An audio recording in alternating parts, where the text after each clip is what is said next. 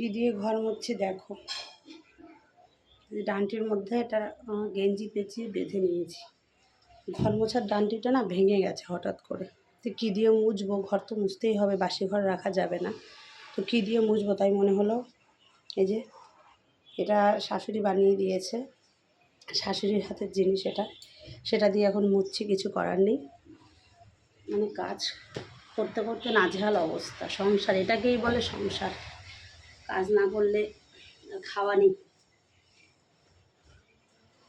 কী বলবো, সময়ের উপরে নির্ধারণ করে এগিয়ে যেতে হয়। ওই যে লাঠিটা ভেঙে গেছে, আমি কী করবো, সময় তো এগিয়েই যায় না, তো সেরকমভাবে তাই এটা দিয়ে মোছা। হয়তো এখন তোমরা বলতে পারো যে এটা কিনে আনলেই তো হয়। কিনতে গেলে কি লাগে বস, পয়সা। সেই পয়সাটাও যদি না থাকে তাহলে যাই হোক এটা দিয়ে কাজটা চালাই।